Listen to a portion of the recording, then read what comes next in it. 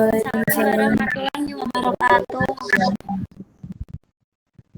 Saya Muhammad Rifki sebagai perwakilan dari kelompok 1 akan menjadi moderator ataupun menemani untuk sesi presentasi kali ini. Sebelumnya untuk teman-teman, terima kasih yang sudah hadir atau ikut dalam melakukan kegiatan presentasi kali ini. Untuk presentator yang pertama, silahkan mempresentasikan materi yang ingin dipaparkan. Waktu dan tempat kami persilahkan. Assalamualaikum warahmatullahi wabarakatuh. Perkenalkan, nama saya Aksanar Elisia dari kelas 2025E dengan NIM 2501071061. Di sini saya akan mempresentasikan hasil dari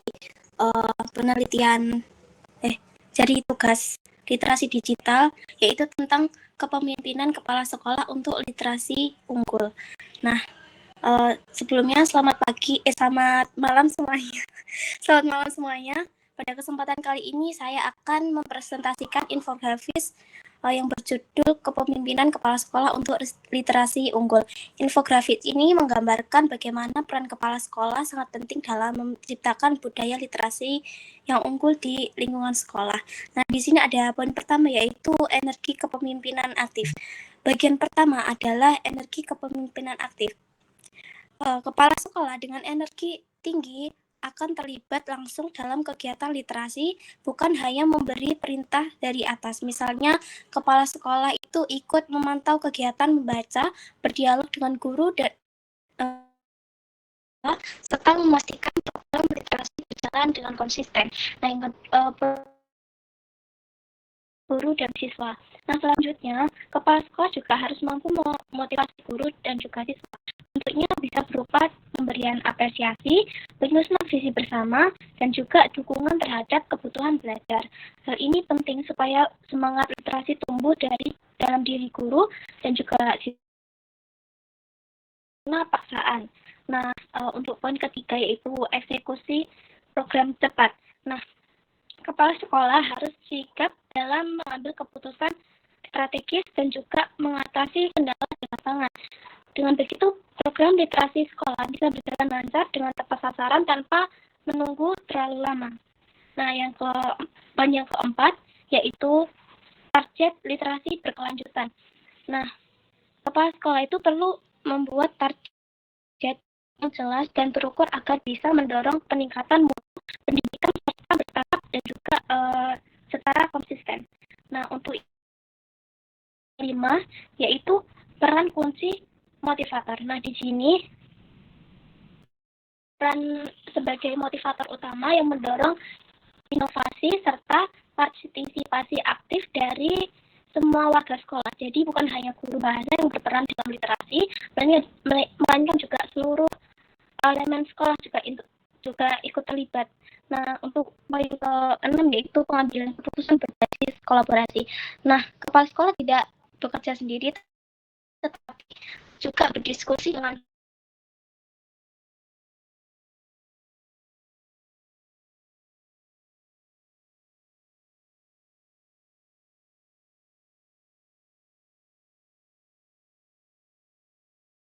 bahwa kepemimpinan itu adalah kepala sekolah yang aktif, kolaboratif, dan juga visioner menjadi kunci utama untuk menciptakan budaya literasi unggul di sekolah. Terima kasih.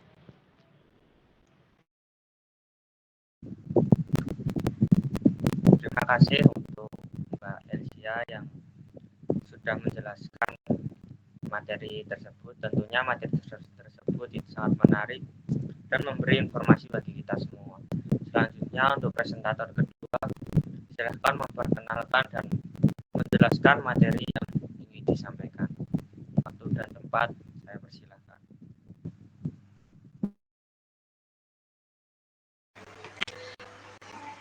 Perkenalkan, nama saya Arina Himatul Ulya dari kelas 2025E dengan NIM terakhir 155. Di sini saya akan menjelaskan tentang strategi pengelolaan sarana dan prasarana sekolah yang efisien. Sarana dan prasarana sekolah mencakup semua fasilitas menunjang kegiatan belajar mengajar, baik digunakan secara langsung maupun tidak langsung. sarana sendiri yaitu alat-alat yang digunakan dalam proses belajar. Contohnya seperti buku, alat tulis, dan lain-lain.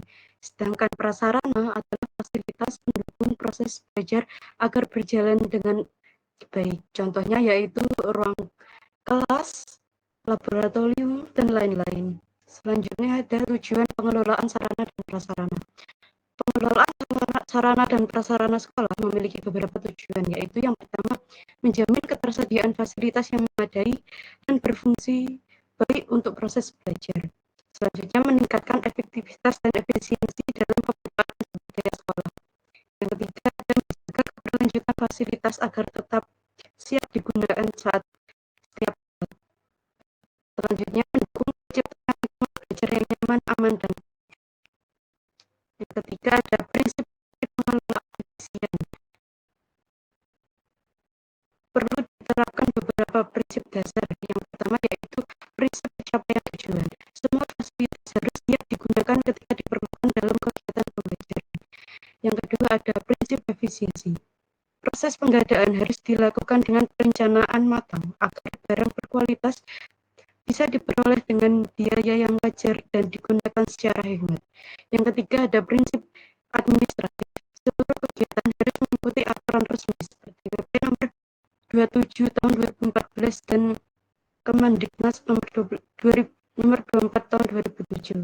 Tertib administrasi menjamin transparansi dan aktivitas pengelolaan aset sekolah.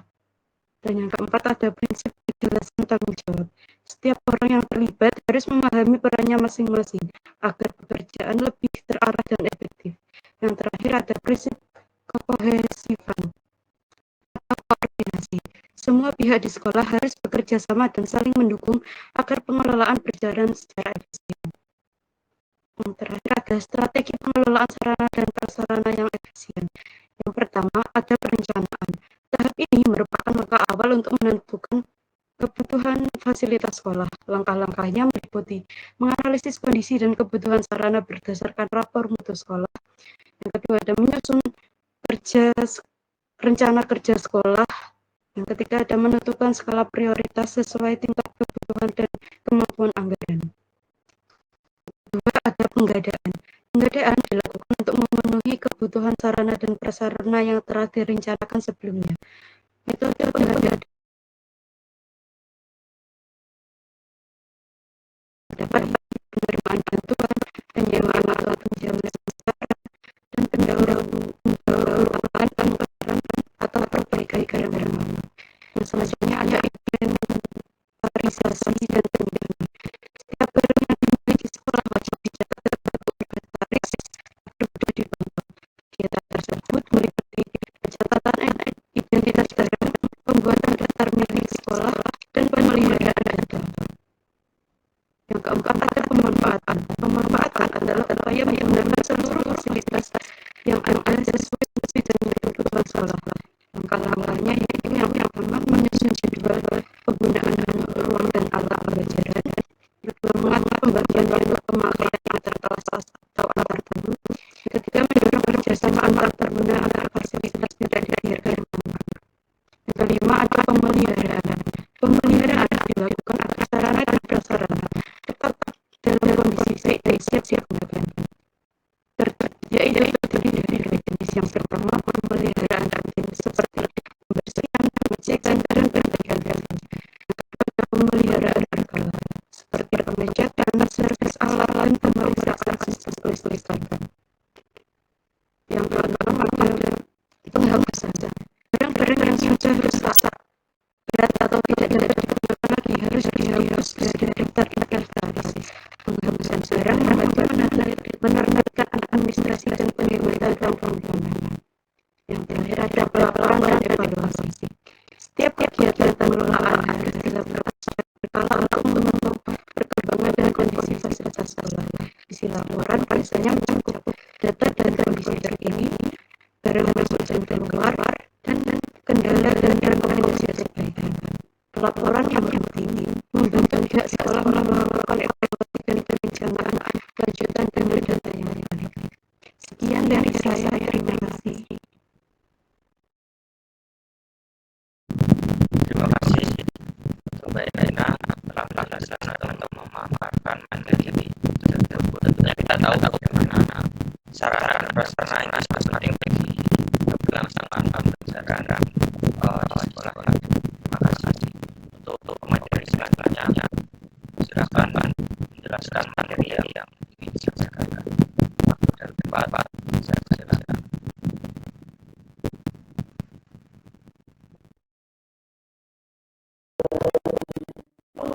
Perkenalkan, nama saya Aditya Sajanya dari ini lantai 047. Ini saya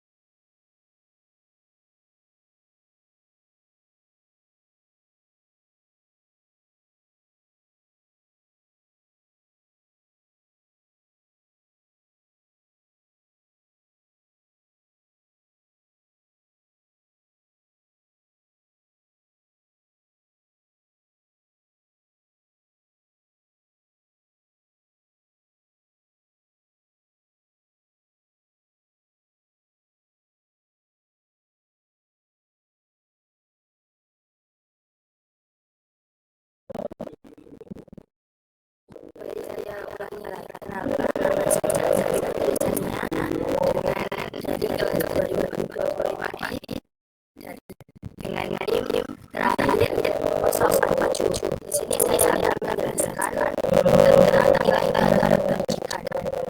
Nilai karakteristika merupakan sebuah nilai yang dapat menjadi kebiasaan hidup serta melekat pada tubuh seseorang, didik atau terdidik.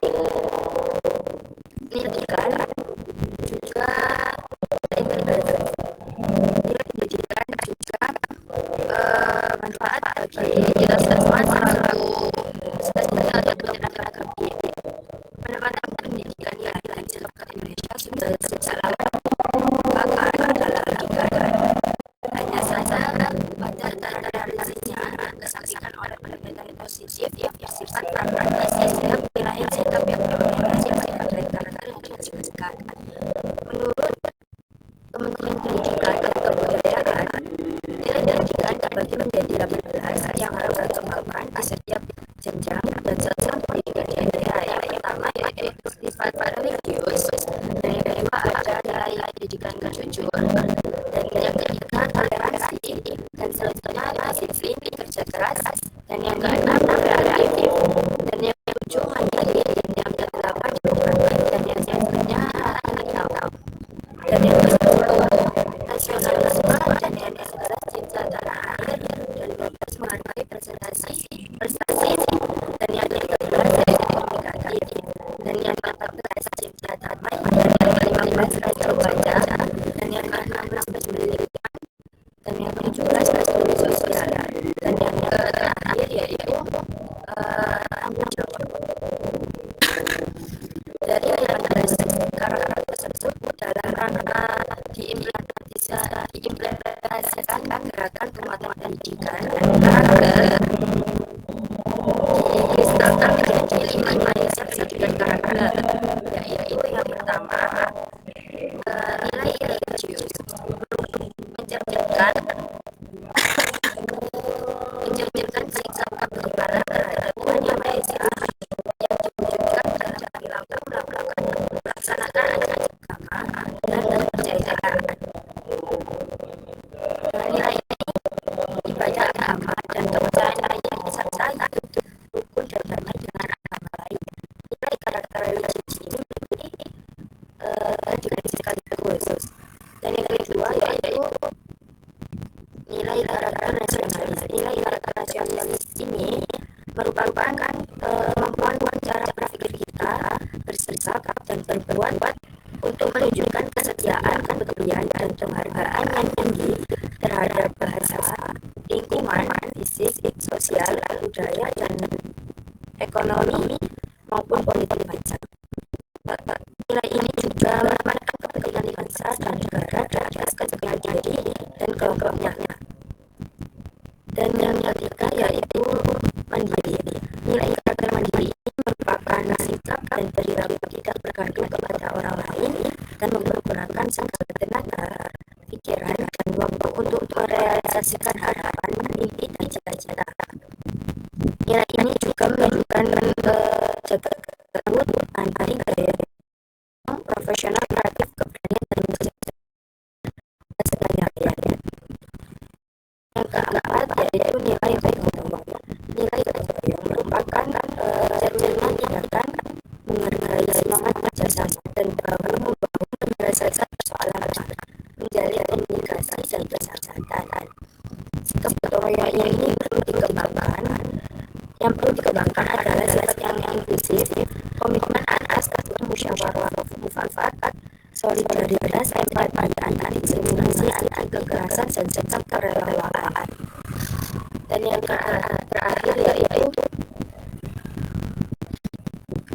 sifat nilai integritas. Nilai utama nilai integritas ini yaitu memiliki komitmen. Nilai utama ini menjadi penguatan pendidikan karakter yang didasarkan upaya agar menjadikan dirinya selalu dapat dipercaya dalam berbagai tindakan dan pekerjaan. Dan di nilai-nilai semua ini seluruh tenaga pendidik dan pendidik harus memiliki nilai ini agar dapat membantu mereka menanamkan yang berpusat pada pendidikan generasi yang maju.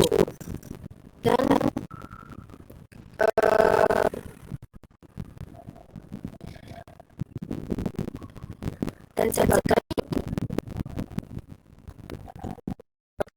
kristal dari semua bidang pendidikan. Dan sekian itu yang saya jelaskan. Terima kasih. Terima kasih untuk Mas Ari.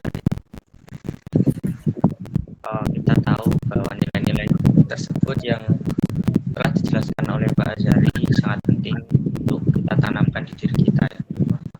Selanjutnya saya akan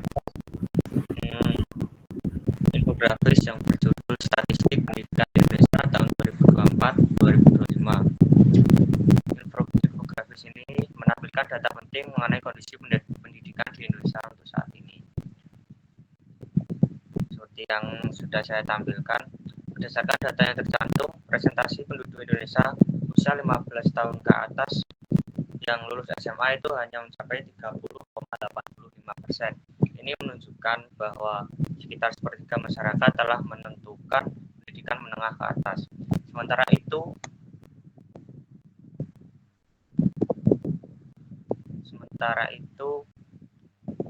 hanya 10-20% penduduk yang telah menamatkan perguruan tinggi seperti diploma, sarjana ataupun selanjutnya. Angka ini cukup rendah dan menunjukkan masih terbatasnya akses serta partisipasi masyarakat terhadap pendidikan tinggi. Di sisi lain, 24,72% penduduk itu hanya memiliki ijazah SD dan 22,79% itu hanya memiliki ijazah tingkat SMP. Data ini mengindikasikan bahwa hampir separuh dari penduduk usia produktif itu masih memiliki jenjang pendidikan yang rendah. Selanjutnya yang bawah ada tantangan dan kesenjangan. Mungkin dari masalah di atas, untuk tantangan yang pertama itu rendahnya partisipasi pendidikan tinggi. Meskipun angka partisipasi sekolah menengah meningkat, tetapi jumlah mahasiswa yang melanjutkan perguruan tinggi itu masih jauh tertinggal. Mungkin hal ini bisa disebabkan oleh faktor ekonomi ataupun keterbatasan akses ke perguruan tinggi atau kurangnya kesadaran mahasiswa, kurangnya kesadaran orang akan pentingnya pendidikan tinggi bagi masa depan. Yang kedua, tantangan masih adanya potensi putus sekolah terutama di tingkat dasar dan menengah. Banyak siswa yang tidak melanjutkan ke jenjang berikutnya atau berhenti sebelum menyelesaikan pendidikannya. Hal ini dapat dipengaruhi oleh kondisi sosial seperti mungkin ekonomi keluarga ataupun fasilitas pendidikan yang belum merata serta faktor motivasi belajar yang rendah. Melihat data tersebut, penting bagi kita semua, baik pemerintah, lembaga pendidikan maupun masyarakat, untuk berkolaborasi dalam meningkatkan akses, kualitas, dan pemerataan pendidikan. Terima kasih. Mungkin itu yang bisa saya sampaikan, kurang lebihnya mohon maaf. Sekian dari saya, terima kasih. Untuk selanjutnya peserta selanjutnya bisa menjelaskan ataupun memaparkan materi yang ingin dijelaskan. Waktu dan tempat kami persilakan. Perkenalkan, nama saya Dila Putri Yasmin dari kelas 2025E dengan NIM terakhir 123. Di sini saya akan menjelaskan infografis dengan judul Manajemen Pendidikan, Kunci Keberhasilan Lembaga Sekolah.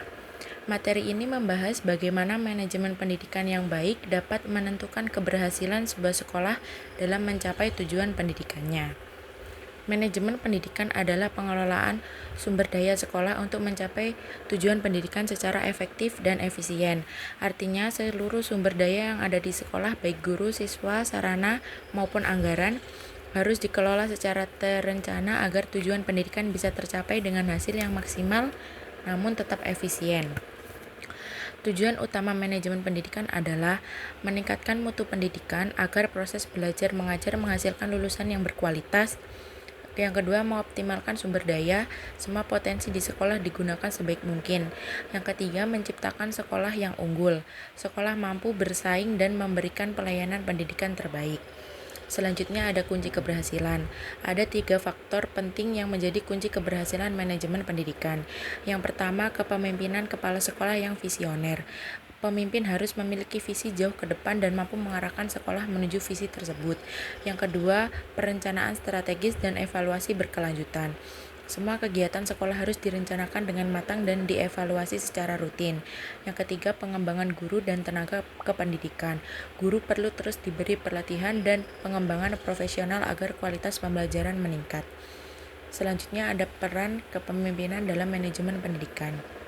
Yang pertama, menyusun visi, misi, dan tujuan sekolah, membuat visi dan misi yang jelas serta terarah. Kepala sekolah berperan penting dalam merumuskan visi dan misi sebagai pedoman arah kegiatan sekolah. Yang kedua, menciptakan iklim dan budaya sekolah positif, mengembangkan komunikasi terbuka, kerjasama, dan motivasi. Lingkungan yang kondusif membantu proses belajar mengajar berjalan efektif dan meningkatkan mutu pendidikan. Yang ketiga, mengelola sumber daya pendidikan, mengatur staf pengajar, sarana prasarana, dan anggaran. Pengelolaan sumber daya yang baik membuat pelayanan pendidikan berjalan optimal dan terkoordinasi. Yang keempat, melaksanakan evaluasi dan pengendalian, memantau pelaksanaan program dan melakukan perbaikan. Evaluasi terus-menerus membantu menjaga agar kegiatan sekolah tetap sesuai visi dan hasil memuaskan. Mungkin itu saja yang bisa saya jelaskan. Terima kasih. Terima kasih Mbak Dila telah menjelaskan materi yang sangat penting pada untuk presentator selanjutnya, presentator terakhir ya kali ini. Silahkan untuk mempresentasikan ataupun menjelaskan materi yang ingin dijelaskan. Waktu dan tempat kami persilahkan. Baik, terima kasih atas waktunya bagi moderator. Sebelumnya, Assalamualaikum warahmatullahi wabarakatuh. Perkenalkan, saya Salwa Sabila dari kelas 2025E dengan NIM 25010714046. Di sini saya akan memaparkan materi dengan judul perbedaan kurikulum 2013 dengan kurikulum Merdeka Belajar atau KMB. Yang pertama kita lihat dulu ya dari pengertiannya. Kurikulum 2013. Yang pertama itu kurikulum 2013. Kurikulum 2013 memiliki paradigma baru dalam sektor pendidikan di Indonesia, yaitu yang menggantikan kurikulum sebelumnya, yaitu kurikulum tingkat satuan pendidikan atau yang biasa disingkat dengan KTSP.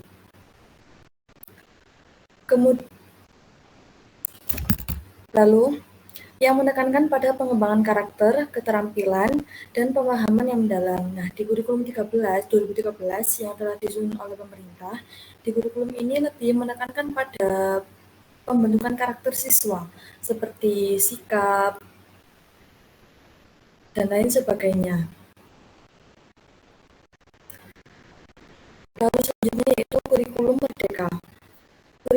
Merdeka adalah kurikulum yang lebih fleksibel.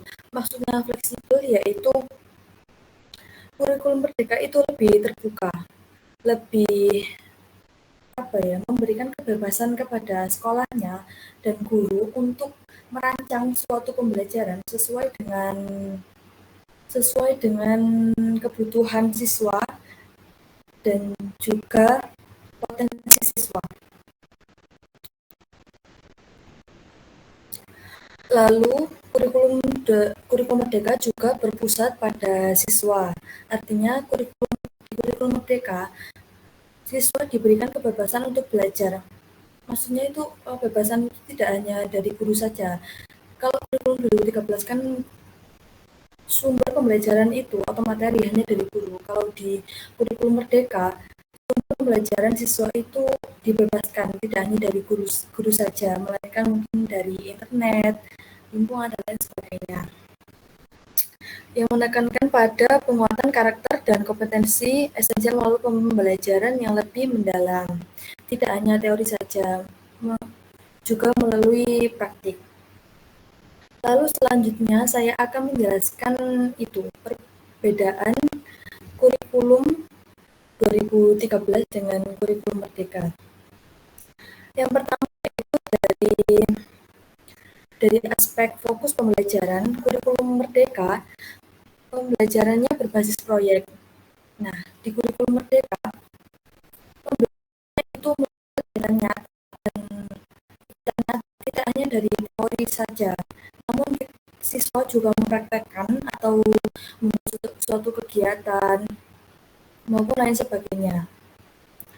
Sedangkan di kurikulum 13, pendekatannya tematik, maksudnya siswa itu belajar hanya melalui guru saja, melalui materi yang telah dikeluarkan, dan pendekatan tematik ini maksudnya menggabungkan berbagai mata pelajaran dalam satu tema tertentu.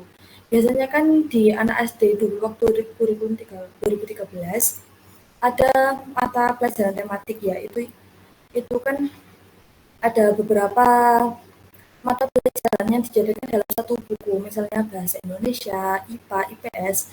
Namun dalam itu fokusnya itu masih dalam satu tema, namun dijadikan satu.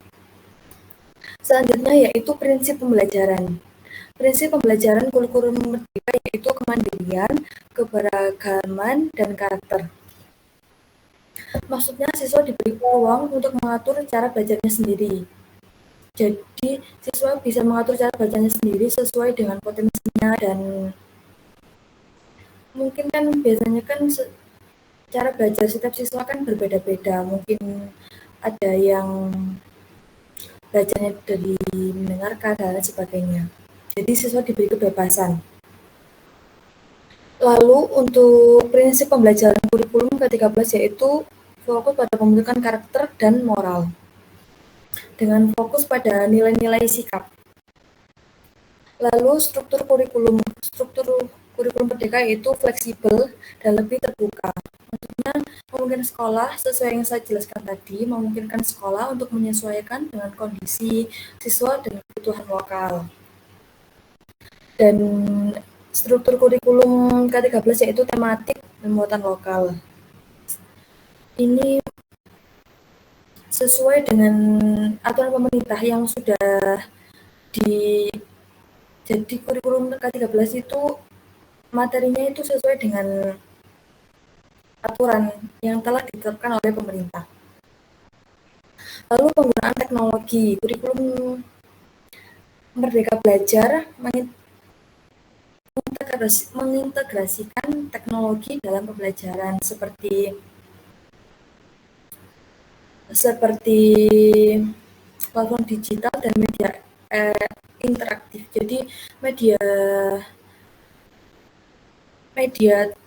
jadi di kurikulum Merdeka itu kita itu belajar dengan itu mengintegrasikan teknologi atau menggunakan teknologi dengan baik.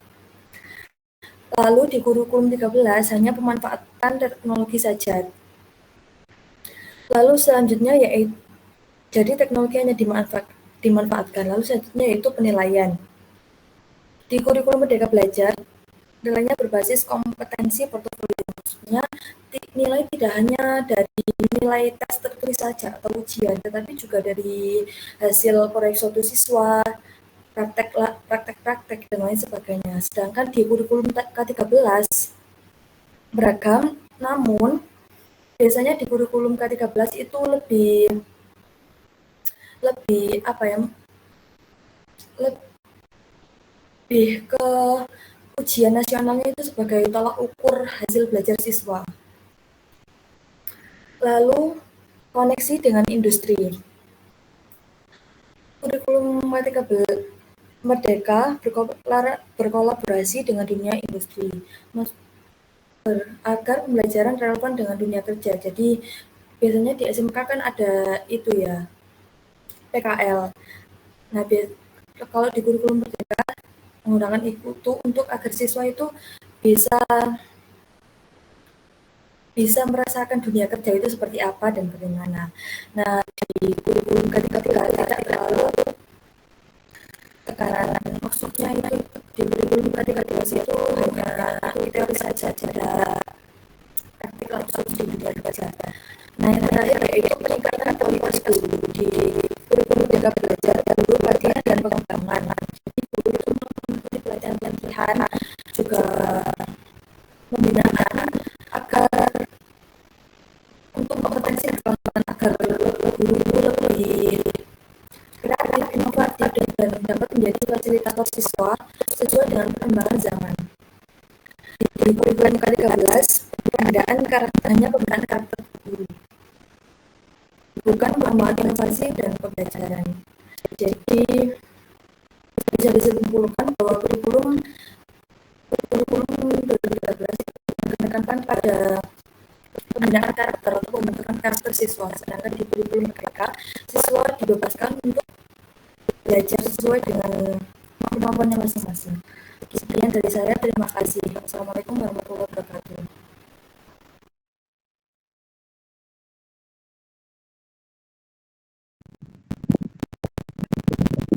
Terima kasih telah menjelaskan bagaimana fungsi ataupun perbedaan dari kurikulum negara maupun kurikulum K13. Untuk selanjutnya teman-teman yang telah hadir kali ini ataupun yang telah menjelaskan atau memaparkan materi kali ini, saya ucapkan banyak terima kasih. Saya selaku moderator, jika ada sekian dari kami.